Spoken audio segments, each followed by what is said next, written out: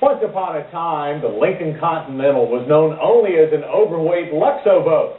Then in the late 1980s, Ford began to transform the Continental by basing it on the trim front-drive Taurus sedan.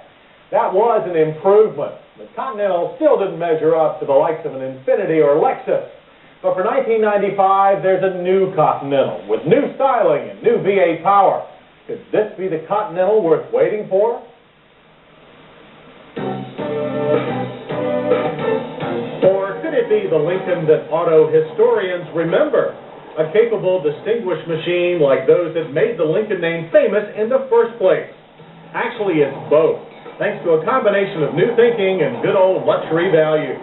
Those traditional values come through in the styling, which successfully mixes aerodynamics and individuality. This is particularly evident in the sharply raked chrome grille, serving smoothly into low-profile, crystal-clear light clusters, and the way that the huge rear light bar blends into the trunk lid. Inside the Continental, the best features of its competitors are woven together with unmistakable Ford styling cues. It produces a robust yet highly civilized environment, and a well-equipped one, too, much of which can be controlled by Lincoln's clever memory profile system. A press of a key fob button triggers pre-programmed settings for everything from driver's seat position to ride firmness and steering effort, to the brightness of the Lexus-look cathode fluorescent gauge cluster.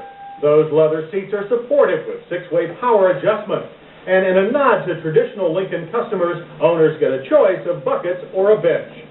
Other features of our test car included optional seat heaters that warm both bottom cushion and backrest, automatic climate control, and this optional top-line JBL cassette stereo. Like Explorer, a 6-disc CD changer can be conveniently located inside the center console. And that's just the front seat. The rear seat is naturally simpler, but very roomy and comfortable, with the thoughtful, very traditional touch of a standard umbrella. Trunks are rarely an area of innovation. The Continental's is, thanks to this optional track-mounted luggage cart. With a weight of just under 2 tons, a strong engine is required. That's Ford's 4.6-liter twin-cam 32-valve modular V8. In Continental trim, it makes 260 horses and 265 pound-feet of torque, and eases to 60 in a smooth but quite fast 7.2 seconds, and through the quarter mile at 15.2 seconds at 95 miles per hour. Could this really be a hot rod Lincoln? If so, its punch has the refined feel that we expect from today's powerful luxury cars, and that power is channeled through an equally refined 4-speed automatic. The Continental chassis is Taurus-derived, but from the new 96 Taurus, and it adds Ford's latest computer-controlled air suspension and is guided by an adjustable power steering system. Both are set by a deceptively simple set of switches on the upper dash. The softest setting delivers the traditional floaty American luxury car ride, but the firmest setting is actually quite European, more Munich than Michigan.